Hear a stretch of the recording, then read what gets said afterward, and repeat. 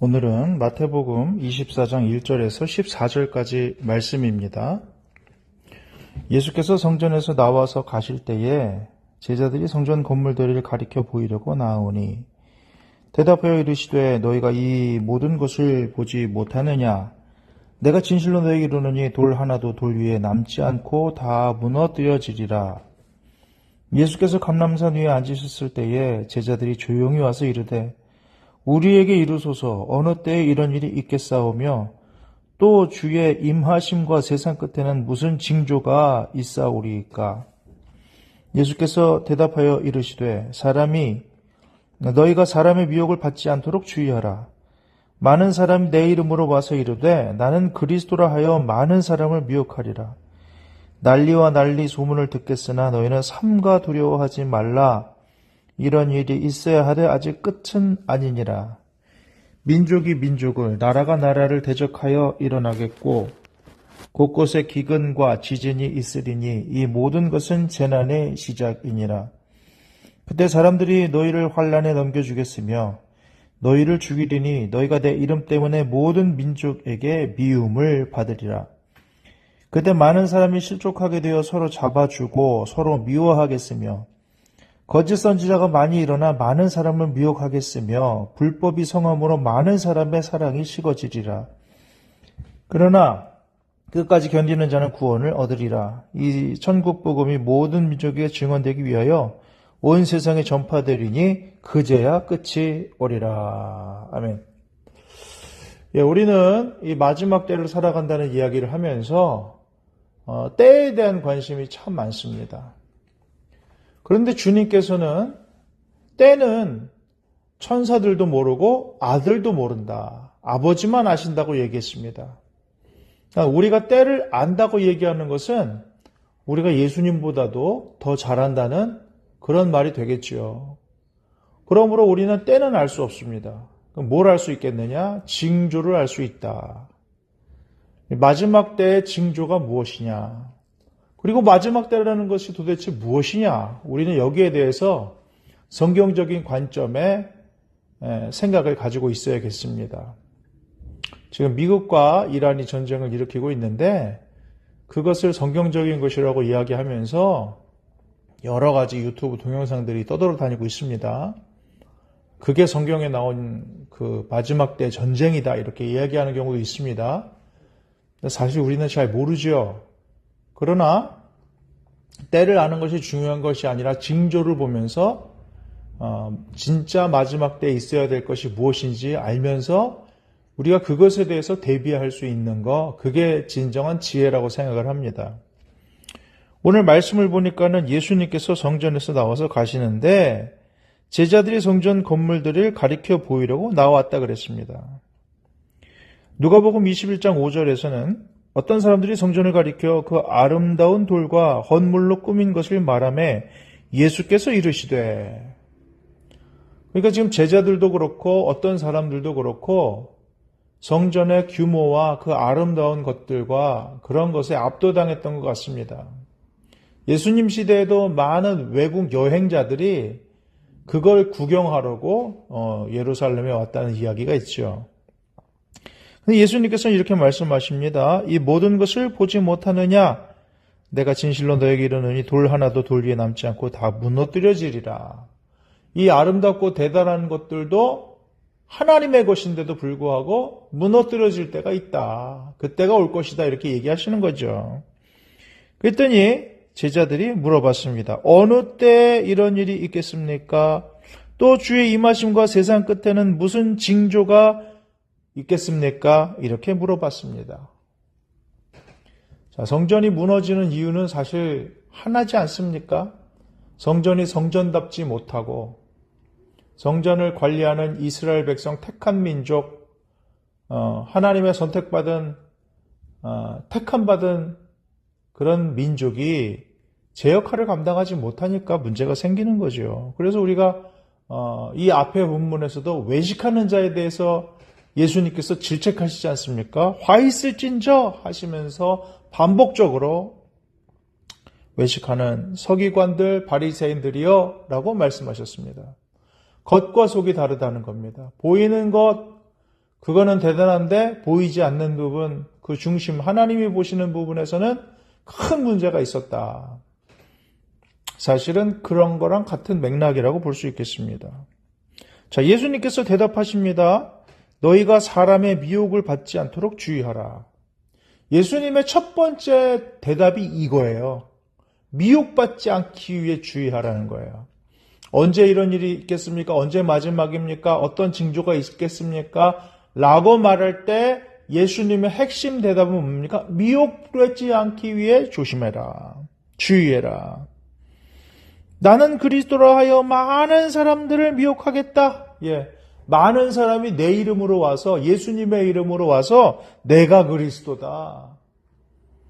여러분, 우리나라에 보면은 그런 이단들이 있지 않습니까? 예수님의 이름으로 온 것 같은데 결국은 내가 재림 예수다. 내가 그리스도다. 죽으면 끝날 줄 알았는데 또 이어받은 사람이 내가 그리스도다. 이렇게 나오고 있지 않습니까? 그런데 사람들이 그걸 믿어요. 굉장히 많은 사람들이 그걸 믿습니다. 자기들의 재산을 갖다 바치고 시간을 갖다 바치면서 그 교세가 엄청나게 큽니다. 한두 개가 아니잖아요. 우리가 잘 알잖아요. 큰 문제지 않습니까?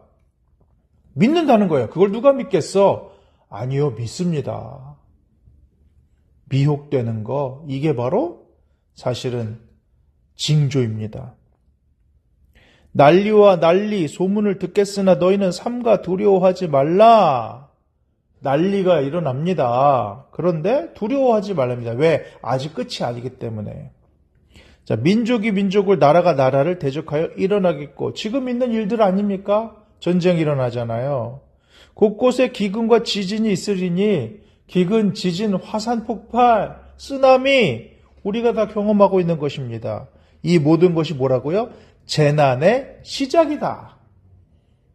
아직 본격적으로 된 거 아니라는 거, 시작이라는 겁니다. 여기서 재난의 원어가 산통이라고 합니다. 산통. 산통은 뭐예요?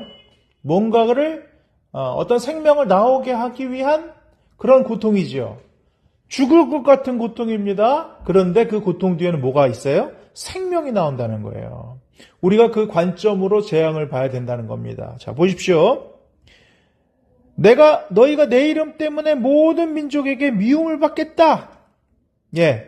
사람들이, 믿는 사람들을 환란에 넘겨주고 죽이고 모든 민족에게 믿는 사람들이 미움을 받는답니다. 여러분, 이게 진짜 재난의 시작입니다. 아, 재난이 일어나면 전쟁이 일어나겠네. 예, 전쟁이 일어나죠. 여러 군데에서 어려움이 닥칩니다. 그럼 우리만 전쟁 안 나면 다행이겠네. 거기서 멈추면 안 된다는 거예요. 왜? 믿는 자들에게 박해가 일어난다는 겁니다. 환란이 닥친다는 거예요.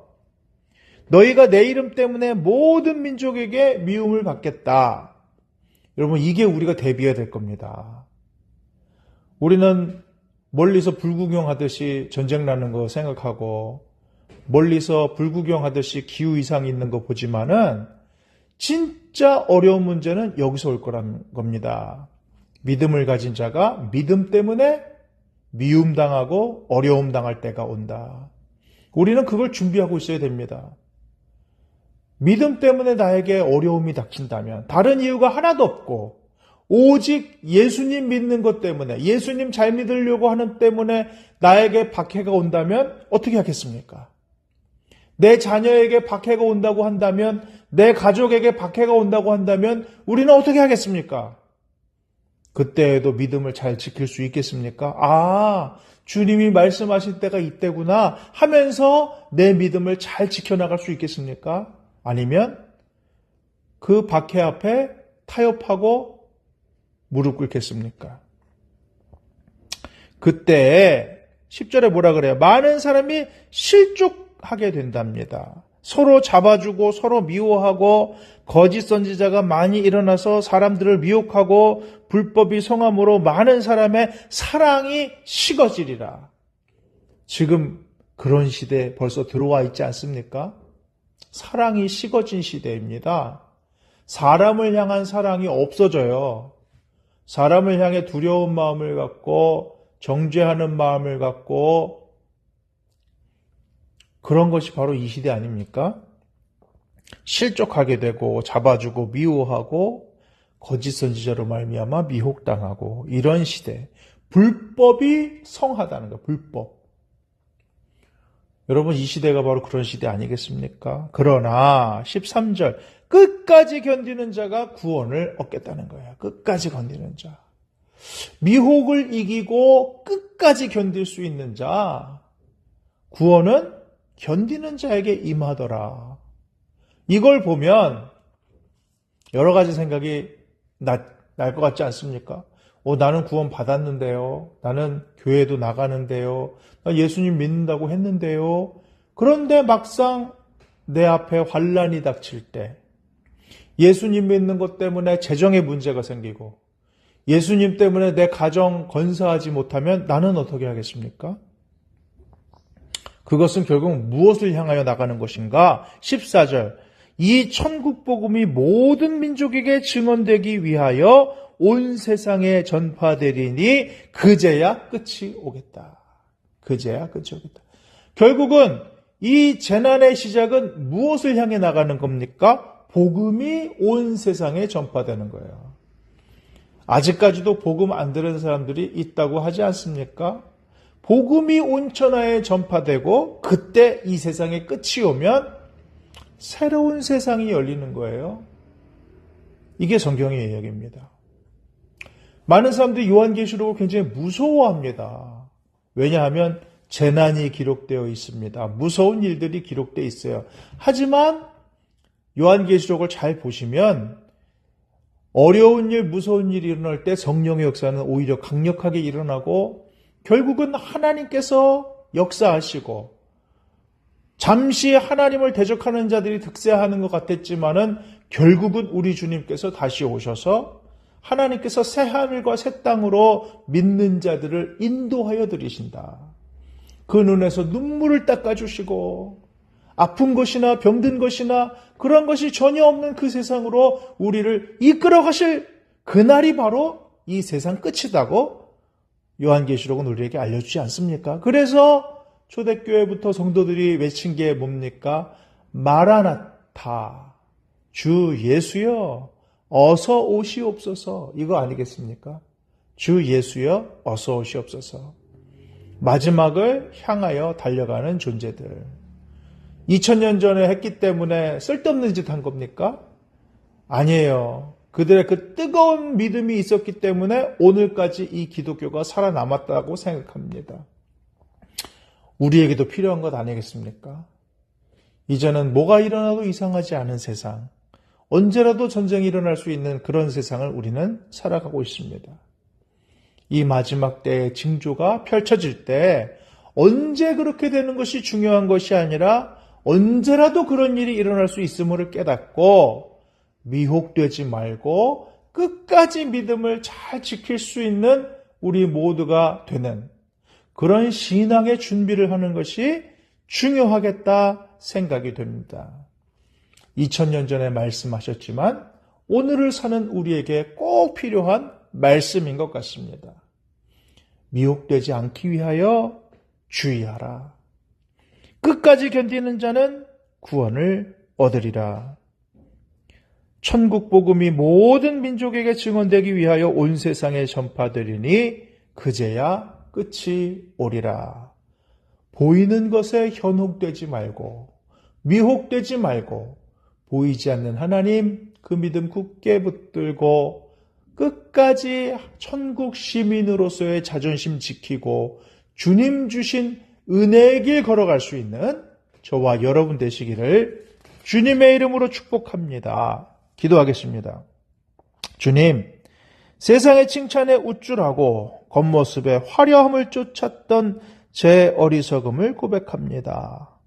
마지막 때를 사는 제자의 삶이 세상의 미움을 감내하고 고난을 피하지 않는 이 여정임을 잊지 않게 하옵소서. 주님이 가꾸실 새 시대를 소망하며 복음의 일꾼으로 성장하게 하옵소서. 감사드리며 예수님의 이름으로 기도합니다. 아멘.